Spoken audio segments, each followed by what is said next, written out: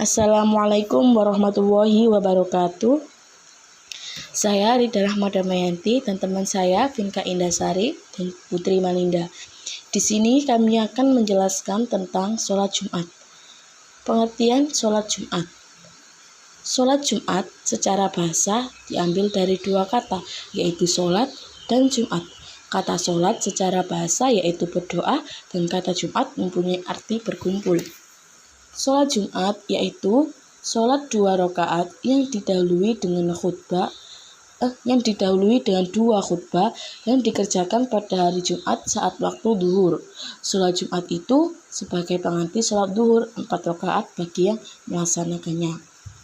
Menurut Muhammad Rifai, secara istilah sholat Jumat yaitu sholat yang pertama kali dikerjakan oleh Rasulullah SAW di Madinah pada waktu beliau hijrah dari Mekah ke Madinah, yaitu ketika tiba di Kuba. Sholat Jumat pertama kali dilakukan di suatu kampung Amr bin Auf. Rasulullah SAW tiba di Kuba pada hari Senin dan berdiam di situ hingga Kamis. Selama waktu itu, beliau membuat atau menegakkan masjid buat sembahyang kaum muslimin di Kuba. Hukum sholat Jumat. Sholat Jumat itu hukumnya fardu ain atau artinya wajib atas setiap laki-laki dewasa yang beragama Islam, merdeka, dan tetap di dalam negeri.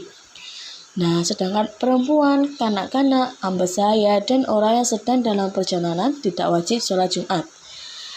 Dalam firman Allah yang artinya, wahai orang-orang yang beriman, apabila telah diseru untuk melaksanakan sholat pada hari Jumat, maka segeralah kamu mengingat Allah dan tinggalkanlah jual beli. Yang demikian itu lebih baik bagimu jika kamu mengetahui. Nah, menurut firman di atas, ketika kita akan melaksanakan sholat Jumat, lebih baiknya kita meninggalkan jual beli. Yang dimaksud jual beli adalah segala pekerjaan selain dari urusan sholat. Wahbah al-Zuhaili menjelaskan bahwa sholat Jumat adalah ibadah wajib yang tersendiri dan bukan sebagai pengganti sholat duhur. Sholat Jumat lebih tepat waktunya daripada sholat duhur. Bahkan, sholat Jumat adalah sebaik-baiknya sholat. Hari Jumat merupakan hari baik dan dari sekian hari yang ada dan sebaik-baiknya hari. Selanjutnya akan dijelaskan oleh teman saya. Di sini saya akan menjelaskan tentang syarat-syarat wajib sholat Jumat. Yang pertama Islam, yang kedua baleh. Baleh itu dapat diketahui melalui salah satu tanda, yaitu berumur 15 tahun, keluarnya air mani itu bagi kaum laki-laki, sedangkan bagi kaum perempuan itu keluarnya darah haid. Yang ketiga, berakal. Tidak wajib atas orang hilang akalnya atau yang sering disebut dengan gila. Yang keempat, laki-laki. Sholat Jumat itu hanya diwajibkan untuk kaum laki-laki saja, sedangkan bagi kaum perempuan itu tidak diwajibkan. Yang kelima yaitu sehat. Orang yang sakit tidak diwajibkan sholat Jumat, begitu juga dengan orang yang memiliki halangan. Yang keenam yaitu tetap dalam negeri. Sholat Jumat tidak diwajibkan atas orang yang sedang dalam perjalanan atau yang sering disebut dengan musafir. Syarat sah sholat Jumat itu ada 4. Yang pertama, dilaksanakan pada penduduk yang menetap. Yang kedua yaitu dilakukan dengan secara berjamaah.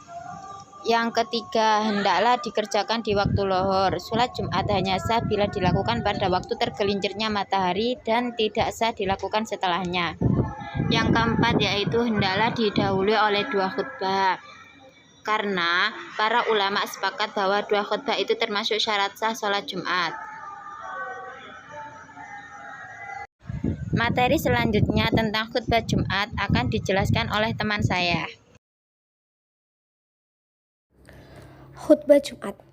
Para ulama fikih 4 mazhab sepakat bahwa khutbah adalah syarat dalam sholat Jumat dan tidak sah sholat Jumat jika dilakukan tanpa khutbah. Adapun syarat khutbah menurut 4 mazhab. Yang pertama yaitu mazhab Hanafi. Syarat khutbah yaitu 1. Berniat untuk khutbah. Khutbah tidak dihitung jika tanpa niat. Yang kedua, dilakukan sebelum sholat Jumat dan bermaksud untuk khutbah dan sesuai waktunya. Madhab Maliki. Yang pertama, khatib berdiri saat khutbah dilakukan setelah masuk tengah hari. Hendaknya khutbah itu sesuai dengan apa yang disebut khutbah oleh orang Arab meskipun hanya berisi 2 prosa.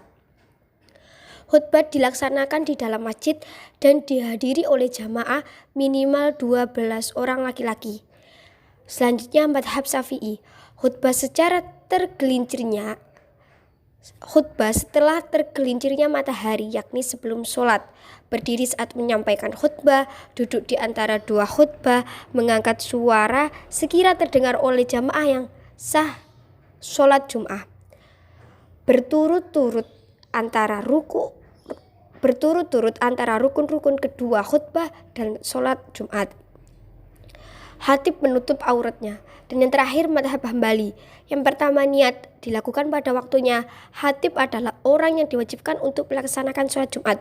Khutbah mengandung pujian kepada Allah, disampaikan dengan bahasa Arab. Kedua khutbah mengandung pesan takwa, membaca sholawat kepada Rasulullah, membaca 1 ayat Al-Quran secara sempurna pada khutbah kedua. Yang selanjutnya yaitu rukun-rukun khutbah Jumat menurut 4 madhab.